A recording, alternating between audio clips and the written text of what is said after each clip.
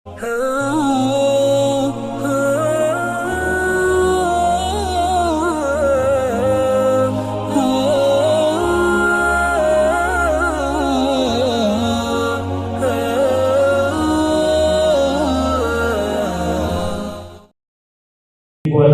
pertanyaan sampailah masanya jadwal tanya jawab nih Ustaz. Mungkin tak kalah lama karena pertanyaan tauhid ini agak sulit untuk mencerna.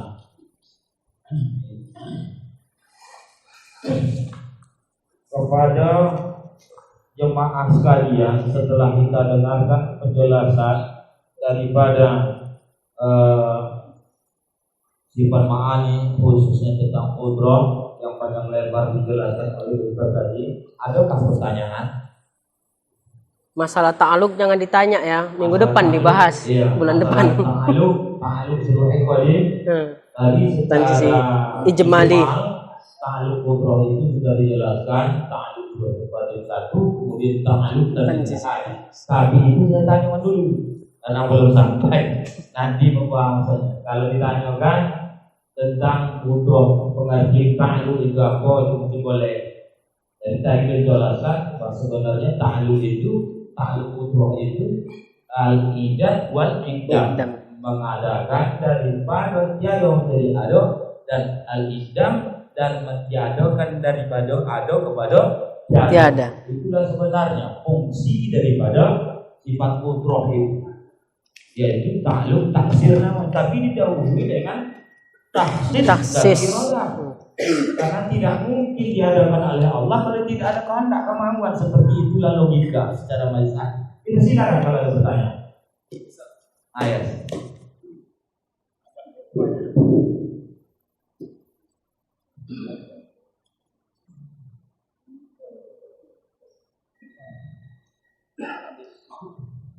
Dah langsung apa aja?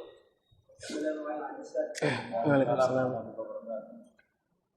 Di sini selalu itu Patut.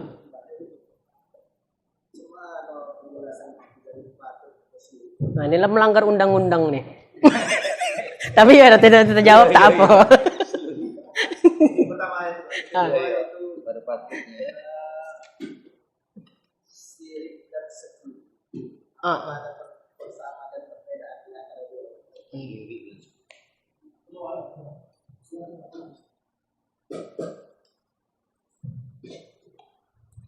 Jadi pertama tadi udah kita sepakati cerita-cerita ta'aluk tuh bulan muka. Yang ditanya ta'aluk ya udahlah. Nah, jadi begini. Ta'aluk itu tadi ada ta'aluk suluhil qadim. Ya, suluhi itu artinya patut. Bagi qudrah itu ada ta'aluk suluhil qadim. Ta'aluk patut yang qadim. Kalau diterjemahkan begitulah. Misalnya Ustadz lahir tahun berapa? Hah? 83. Nah, Ustadz nih lahir tahun 83. Sebelum tahun 83, maka mungkin dijadikan, mungkin tidak dijadikan. Atau patut dijadikan, patut tidak dijadikan. Jadi kan tadi lahirnya tahun 83. Sebelum tahun 83, berarti dionya udah ada belum? Belum ada. Maka mungkin dijadikan, mungkin tidak dijadikan. Patut ada, patut tiada. Nah, kepatutan itu yang suluhi tadi. Kepatutan itulah yang dia qadim. Jadi kepatutan itu bersifat qadim. Itu penjelasan ringkasnya. Bagaimana memahami ya ta'aluk suluhil qadim. Nanti untuk penjabaran lebih jelasnya insyaallah pada bulan yang akan datang. Jadi kalau kita contohkan tadi, semisal tadi Ustadz ini lahir tahun 83. Berarti wujudnya dia ke alam ya adalah pada tahun 83. Sebelum tahun 83 itu udah ada apa belum dia? Belum. Nah, pada masa sebelum tahun 83 mungkin dijadikan, ya mungkin tidak dijadikan. Patut ada, patut tiada. Nah, itu yang disebut suluhi. Dan kepatutan disitulah yang dia qadim. Jadi kepatutan itu qadim, tidak berawal dia. Ya, mungkin patut ada, patut tiada, ya, itu qadim. Jadi kepatutan di situ tidak berawal. Ya, tidak berawal. Adapun ketika dijadikan, maka dia berawal. Awalnya ada, dari tiada menjadi ada. Makanya namanya ta'alluq tanjizi hadis. Hadis itu kan baharu. Ya, makanya dikatakan dia ta'alluq tanjizi hadis. Kenapa? Karena dia menjadikan yang tiada menjadi ada. Berarti kan dia baharu. Makanya namanya ta'alluq tanjizi hadis. Jadi untuk memahami secara singkat ya tentang apa tadi?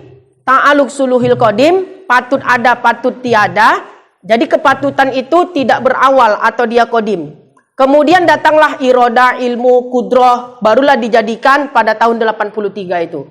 Nah, setelah dijadikan barulah nanti jadi ta'alluq tanjizi hadis. Jadi ta'alluq suluhil qadim itu mendahului sebenarnya daripada ta'alluq tanjizi hadis. Tapi hakikat ta'alluqnya sifat kudroh justru ta'alluq tanjizi hadis. Nanti akan ada rinciannya. Ya, ta'alluq tanjizi hadis itu kan berhubungan dengan fiil. Apakah fiilnya itu juga termasuk baharu atau qadim? Kan gitu kan? Nah, tunggu episode yang akan datang. Ya, secara singkat itu dulu lah.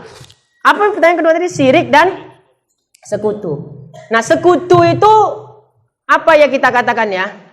Orang yang mensekutukan Allah disebut syirik. Ya, jadi sekutu itu adalah jenis bentuknya.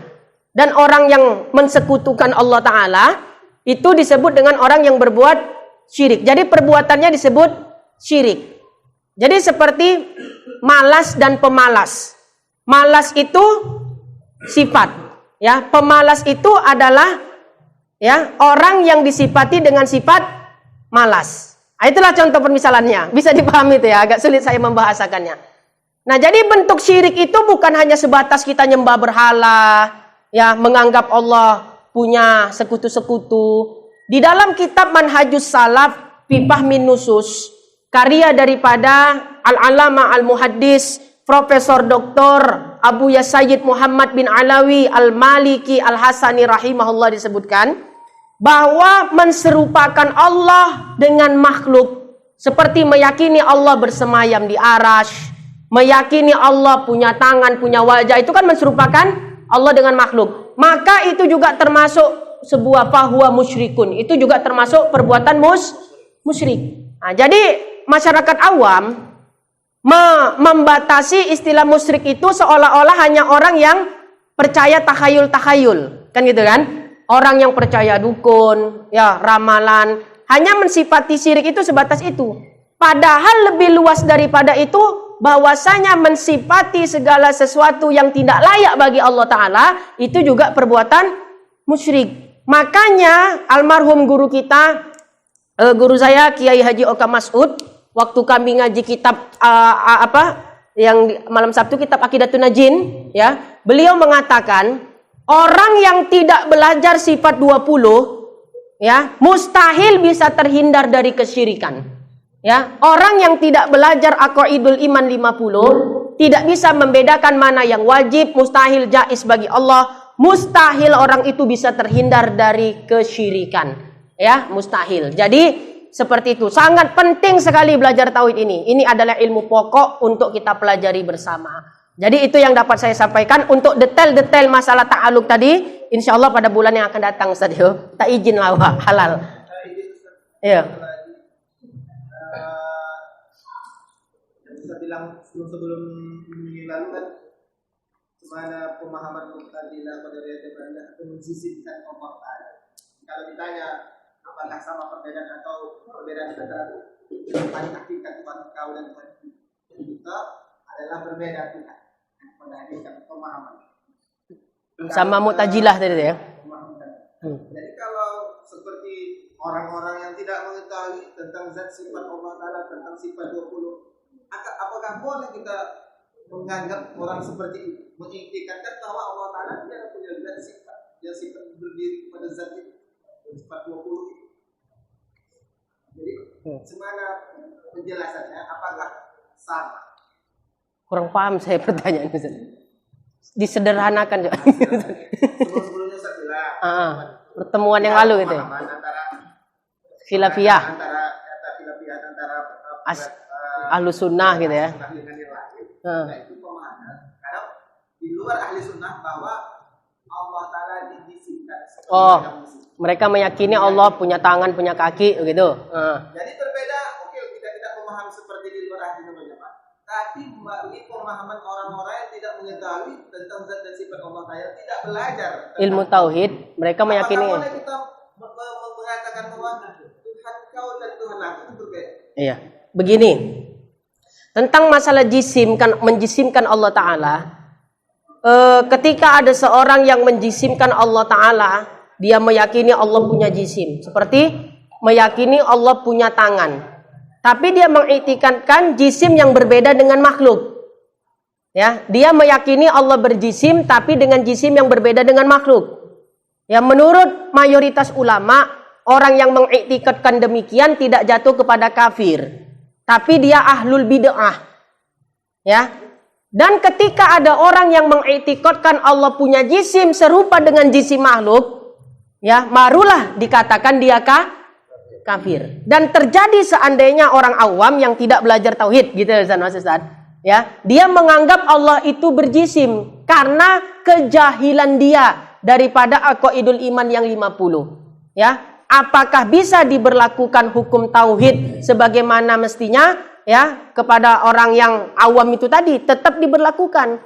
Kenapa? Karena tiap-tiap mukallaf wajib hukumnya mengetahui aqaidul iman yang 50. Jadi ketika di akhirat nanti orang awam tadi dituntut semisalnya, ya, kau menjisimkan Allah Ta'ala kan, menganggap Allah punya tangan, iya malaikat semisalnya, ya, Allah tidak berjisim, laisa kamitslihi syai'.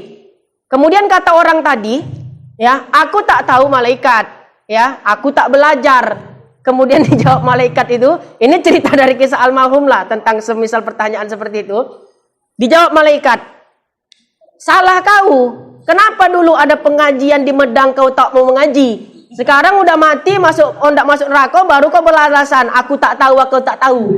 Jadi di akhirat itu tak diterima alasan-alasan kita tidak tahu. Pokoknya setiap mukallaf wajib makrifah, kan gitu dia kan. Nah, jadi ketika ada orang awam karena keawamannya menganggap Allah itu berjisim, menjisimkan Allah atau mentasbihkan Allah terhadap sesuatu yang baru, itu salah orang awam itu karena tak mau dia belajar ilmu tauhid. Gitu dia. Ya, jadi apakah disamakan antara mereka itu di neraka nanti kepada orang yang mensekutukan Allah Ta'ala berjisim Allah Ta'ala tadi bagian masyarakat yang awam? Nerakanya beda. Itu ada di kitab Tufatul Murid. Kifayatul Awam atau di kitab Tufatul Murid. Nah, jadi mereka tetap masuk neraka. Ya, tapi apakah sampai kekal ya di dalam neraka itu pernah kita baca ada 3 kaul. Ya, kalau saya ambil kaul yang tawakufnya dia. Kalau Allah berkehendak mengampuni maka dia masuk di dalam surga. Itu tawakuf dia. Ya, ada yang kekal di neraka karena tidak sah imannya. Kan ada yang mengatakan ya tidak dia kekal di neraka nanti masuk surga juga ujung-ujungnya. Tapi pendapat yang 3 dia tawakuf dari 2 pendapat itu. Ya, tidak memilih surga atau neraka gitu ya. Jadi ambil pendapat yang tengah-tengah. Itu setahu yang pernah kita baca. Nah, jadi tentang status keimanannya orang awam yang seperti itu ya begitu penjelasannya. Intinya orang awam sekalipun tidak punya alasan untuk mengatakan dia tidak tahu. Kalau gitu kita gak usah ngaji kan gitu ya. Nanti tanya malaikat nggak tahu aku. Rukun sholat berapa? Entah, nggak tahu kan gitu ya. Oh ya udahlah karena aku nggak tahu nggak apa-apa. Jadi kan repot urusannya. Ya, baik itu wallahu a'lam bishawab. Satu lagi jadilah. Baiklah, Bapak Ibu rahimakumullah, mungkin pertanyaan terakhir nih dari saya. Pertama, Ustaz mentauhidkan tadi dari segi af'al perbuatan wahdaniyah fil af'al, mengesahkan pada perbuatan. Di saat kita pergi ke dukun gitu, diuji oleh Allah kita sedang sakit, pergi ke dokter tak sembuh. Ke dukun sembuh. Nah, sampai ke dukun ada persyaratan sebagaimana disyaratkan oleh dukun. Ini jatuh di pusat asalnya, bongkar kakinya tak atau tak botak, ibu ya tak ibu botak. sampai ke dukun tadi, oleh dukun dibungkus sesuatu. Ini kalau letakkan di tempat kau jatuh. Setelah diletakkannya, akhirnya tunggu beberapa hari, maka sembuh. Ketika itu dia merasa yakin ada penyebab di dalam hatinya. Timbullah hatinya itu ada sesuatu yang membagi kekuatan tentunya selain Allah Subhanahu wa taala. Andaikan saja dia beriktikad seperti itu. Tapi untuk satu, kalau beriktikad seperti itu, kemudian apabila kita memandang, apakah bisa kita menilai setelah keluar daripada tauhid? Nah, itu pertama. Jawab dulu ya, nanti lupa. Ayo. Ada orang sakit berobat ke dokter tidak sembuh-sembuh. Pergi dia ke dukun, dikasihlah bungkusan-bungkusan, kata dukun tuh kalau tak di mana tempat kau jatuh sembuh pula. Sehingga dia mengiktikadkan di hatinya ada kekuatan yang Allah berikan kepada bonda itu selain kekuatan Allah Ta'ala. Begitulah Ustaz ya. Maka itu tidak sampai jatuh kafir, tapi dia termasuk fasik. Ya, fasik. Jadi orang sakit minum obat sembuh. Kalau dia mengiktikadkan semata-mata yang menyembuhkan sakit itu mutlak obat, dia kafir. Satu. Kedua, orang sakit minum obat sembuh. Kalau dia mengiktikadkan yang menyembuhkan adalah Allah, tapi Allah meletakkan kekuatan pada obat tadi, sehingga dengan kekuatan yang Allah bagi kepada obat tadi, sembuhlah dia. Nah, kan mirip itu pembahasan itu ya. Maka dia termasuk orang yang fasik, ahlul bid'ah. Ya, haram. Tapi tidak sampai kafir, ya. Nah, iktikad yang benar, ahlu sunnah wal jamaah, orang sakit minum obat, ya sembuh, dia beriktikad semata-mata yang menyembuhkan adalah Allah, bukan obat itu. Mau seharga mahal apapun obat itu, ya, yang menyembuhkan mutlak adalah Allah, bukan obat. Dan tidak ada Allah memberi kekuatan kepada obat, karena taksir itu mutlak bagi zat. Jelas itu kan pembahasannya, mutlak bagi zat, bukan bagi yang lainnya. Mutlak bagi zat Allah Ta'ala. Jadi tidak ada kekuatan apapun yang Allah berikan pada obat jenis apapun. Hanya saja kenapa orang sakit minum obat itu sebagai usaha saja, ikhtiar. Yang menyembuhkan tetap mutlak adalah Allah Subhanahu wa Ta'ala. Obat semahal apapun tidak ada kekuatan pada obat itu yang bisa menyembuhkan sakitnya seseorang. Paham itu ya? Itu harus diluruskan iktikad kita seperti itu. Ya, seperti kisah Nabi Musa. Pernah Nabi Musa itu sakit gigi. Ya, sakit gigi. Ya, udah poning betul lah Nabi Musa nih. Walhasil dikasih tahu Allah Ta'ala, ya Musa, ambil rumput gajah. Kalau kita di sini rumput gajah, kau tusuk-tusuklah ke dalam lubang gigi kau itu, sembuh. Kenapa? Karena dia meyakini yang menyembuhkan Allah. Dia minta kepada Allah, ya Allah tunjukkan aku apa obat sakit gigiku nih. Tak tahan odan, begitulah. Ya, dibagi tahulah oleh Allah Ta'ala. Kau ambillah rumput-rumput, ya, kau masukkan ke dalam lubang gigi kau itu, sembuh. Kenapa dikasih sembuh? Karena hati dia sudah terpaut sejak awal kepada Allah, bukan kepada obat itu. Walhasil selang beberapa tahun, kumat lagi sakit giginya. Teringatlah dia dulu waktu odan sakit gigi, obatnya ini. Jadi dia tidak minta kepada Allah Ta'ala, dia langsung ambil itu rumput yang jenis dulu, dimasuk cucuk-cucukkannya ke lubang gigi, tak sembuh-sembuh. Ya, akhirnya diketahui Allah Ta'ala lah, kira-kira begitulah ya. Musa, bukan apa tuh, bukan rumput itu yang menyembuhkan, tapi aku. Dulu waktu kau mula-mula kau sakit gigi, kau itu betul-betul berhajat kepadaku bahwa aku yang menyembuhkan. Sekarang kau tidak minta kepadaku, kau berkeyakinan rumput itu yang menyembuhkan, maka tak aku kasih sembuh kau, katanya. Itulah kisahnya itu. Ya, itu ada di dalam kitab waktu kami ngaji kitab Fathul Majid dengan almarhum. Nah, itu perumpamaan seperti itu. Terus kemudian Ustaz, untuk pengajian metode Abu Hasan Asy'ari dan Maturidi sifat 20, itu kalau di kampung-kampung umumnya di padang beras khususnya itu pun tidak merata. Kalau di kota-kota pun hampir tidak ada. Untuk bentuk barang sangat sedikit sekali. Yang kebanyakan ada tauhid rububiyah, asma wa sifat.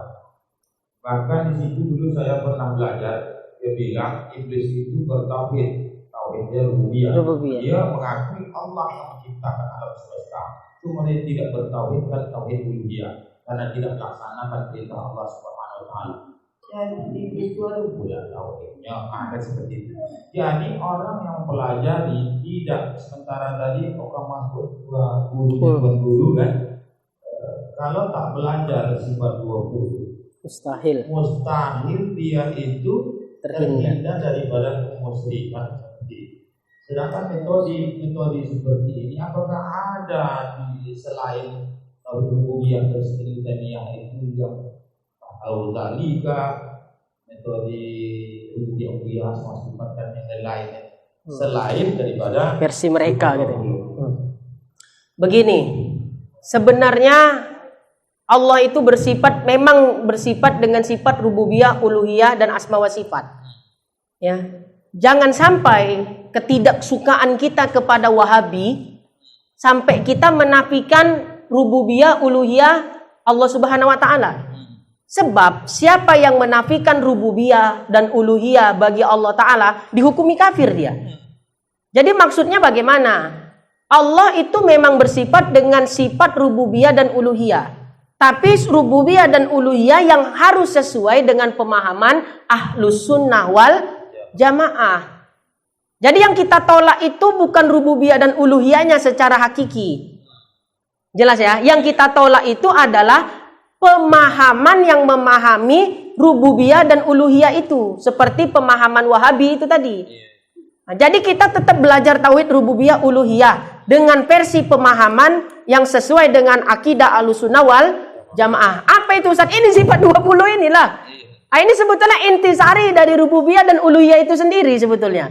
Tapi kan sesuai dengan Asy'ariyah dan Maturidi atau Ahlussunnah. Nah, jadi kita bukan berarti menolak secara hakiki rububiyah dan uluhiyah. Kalau seperti itu kita kafir malah kan begitu. Paham maksudnya ya? Jadi yang kita tolak itu adalah memahami rububiyah dan uluhiyah sebagaimana pemahamannya orang-orang Wahabi. Itu yang kita tolak.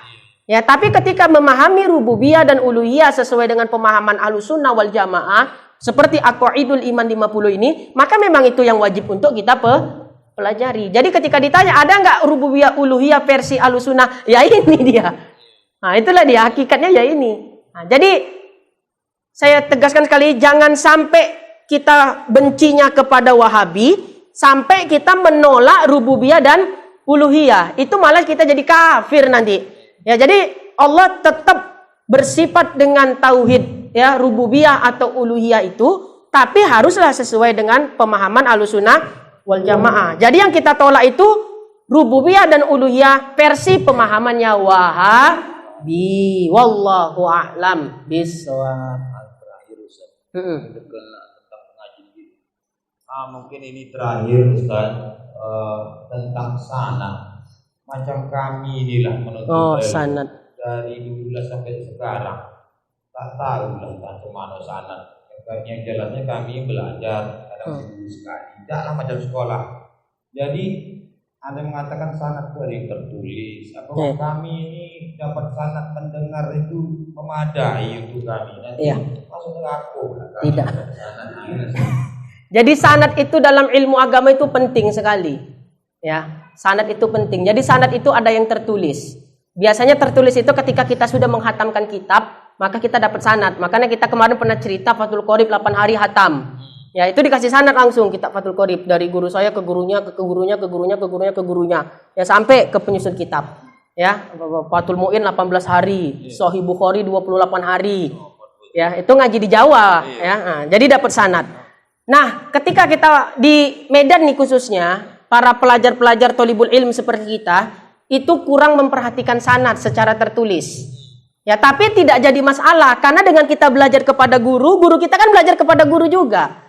Secara tidak langsung guru kita itu udah memiliki sanad. Jadi ketika kita mengaji kepada guru itu secara tidak langsung kita juga sudah nyambung sanadnya secara batiniah. Nah, tapi kalau untuk pamer-pamer minta sanad tertulis. Untuk pamer-pamer kan gitu kan, dipoto di Facebook, nih aku ada sanad kitab Fathul Mu'in, foto. Kan orang takut Mak punya sanad Fathul Muin, bahaya nih kan gitu. Ya, untuk pamer-pamer dan nakut-nakutin perlu juga sanad tertulis.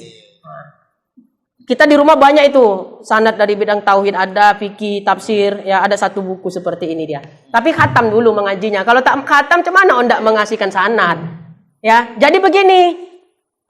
Ada pula yang orang yang terlalu fanatik kepada sanad. Sampai-sampai dia lebih mementingkan sanad daripada pemahaman ilmu. Padahal hakikat itu paham mengajinya, bukan sanadnya. Jadi kita nih ngaji walaupun nggak dapat sanad tertulis, tapi kita paham yang disampaikan guru, itu lebih afdol daripada orang yang punya sanad tapi nggak paham apa isi kitab itu. Ya, ngerti maksudnya kan? Nah, jadi jangan putus asa, nggak masalah itu. Yang penting kita paham kajiannya. Nah, lebih bagus paham sekaligus punya sanad. Nanti ditanya orang, kau mengaji kitab itu, mana sanad kau? Nah, ini. Nah, itu dia.